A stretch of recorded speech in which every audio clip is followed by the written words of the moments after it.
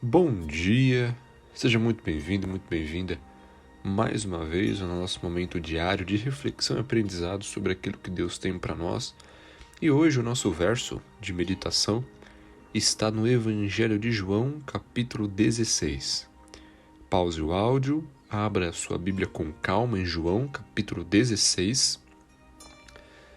Depois volte para cá porque nós vamos ler juntos o verso 8, que nos diz o seguinte: Quando ele vier, convencerá o mundo do pecado, da justiça e do juízo. Esse texto está falando sobre o Espírito Santo, está falando sobre funções do Espírito Santo.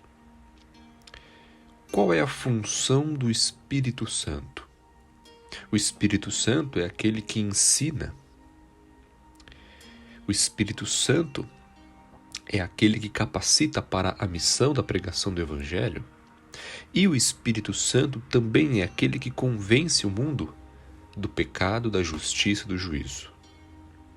É o Espírito Santo que me leva ao arrependimento. Sabe, quando eu reconheço que eu pequei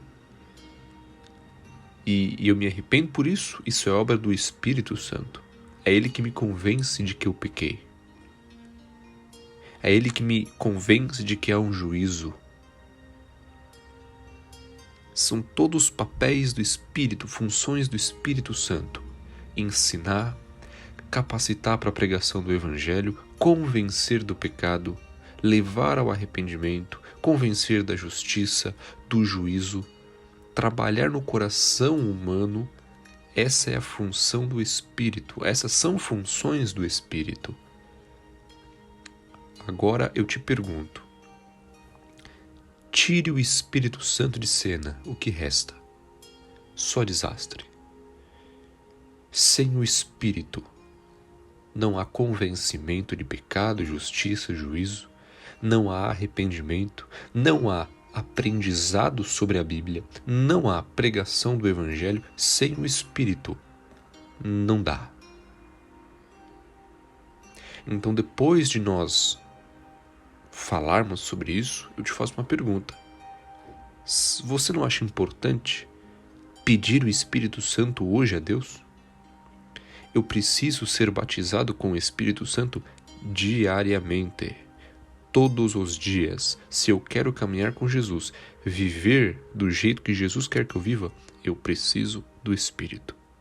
Eu pergunto de novo, você não acha uma boa ideia pedir pelo Espírito Santo hoje? Porque sem ele, nós já vimos, não dá. Sem ele, não há cristianismo.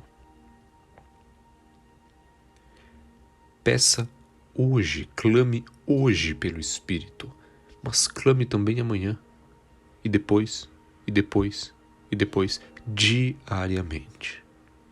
Não se esqueça disso. Vamos orar?